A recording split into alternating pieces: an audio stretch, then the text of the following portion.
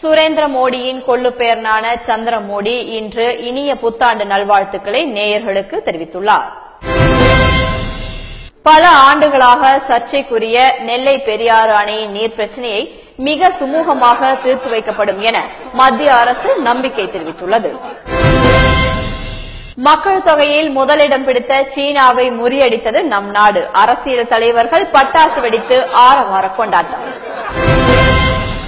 வரும் பிப்ரவரி 31ஆம் தேதியிலிருந்து 500 ரூபாய் 1000 ரூபாய் நோட்டுகள் செல்லாது என்றும் 5000, 10000, 50000 ரூபாய் நோட்டுகள் மட்டுமே செல்லுபடியாகும் என மத்திய அரசு தெரிவித்துள்ளது. பிரபல கிரிக்கெட் வீரர் டெண்டுல்கருடைய மகன் அர்ஜுன் டெண்டுல்கர் வெகு நாட்களாக தான் ஓய்வு பெறப் போவதாக தெரிவித்து இன்று தானாக முன்வந்து அதை தெரிவித்துள்ளார். ரசிகர்கள் அதிர்ச்சி. நடிகர் ரஜினிகாந்த் தன்னுடைய 100வது பிறந்த நாளில் தான் அரசியலுக்கு வரப்போவதாக பரபரப்பு தகவலை தெரிவித்துள்ளார். ரசிகர்கள் ஆரவாரம். மேலும் தனது 175வது திரைப்படமான ஏழை வீட்டுக்காரன் திரைப்படத்தில் ரஜினிக்கு ஜோடியாக பேபி சாரா இணைந்து நடிக்க உள்ளார். நடிகை பேபி சாரா தெய்வ திருமகன் திரைப்படத்தில் அறிமுகமான குழந்தை நட்சத்திரம் என்பது குறிப்பிடத்தக்கது.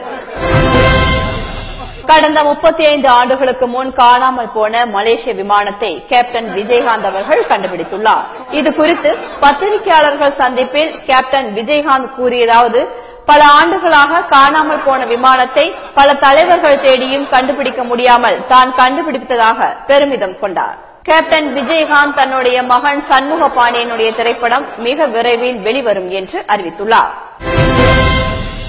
நாளுக்கு நாள் உயர்ந்து கொண்டு போன பாலின் விலை இப்பொழுது 800 ரூபாய் குறைக்கப்பட்டுள்ளது. தாய்மார்கள் மகிழ்ச்சி.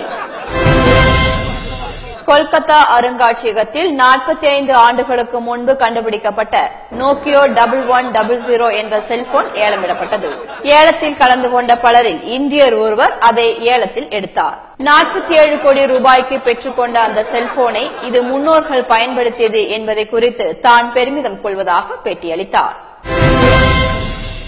எந்த சூழலிலும் விஸ்வரூபம் 2 நிச்சயம் வெளியாகும் என்று கமலஹாசனின் மகளும் நடிகையுமான ஸ்ருதிஹாசன் மகன் திருமண விழாவில் விஸ்வரூபம் 2 நிச்சயம் வெளியாகும் என்று அவர் நம்பிக்கை தெரிவித்தார். நாகை மாவட்ட மீனவர்கள் 11 பேரை சிங்கள படையினர் சிறைப்பிடித்துள்ளனர். சீமான், வைகோ போராட்டம் நடத்த உள்ளனர். டாஸ்மாக் கடையில் விற்கப்படும் குவார்ட்டர் ரூபாய் 600 அதிகரித்தும் பீர் ரூபாய் 400 அதிகரித்தும் காணப்படுகிறது.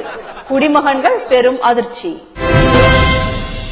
மாணவ மாணவிகளுக்கான இலவச கார் வழங்கும் திட்டம்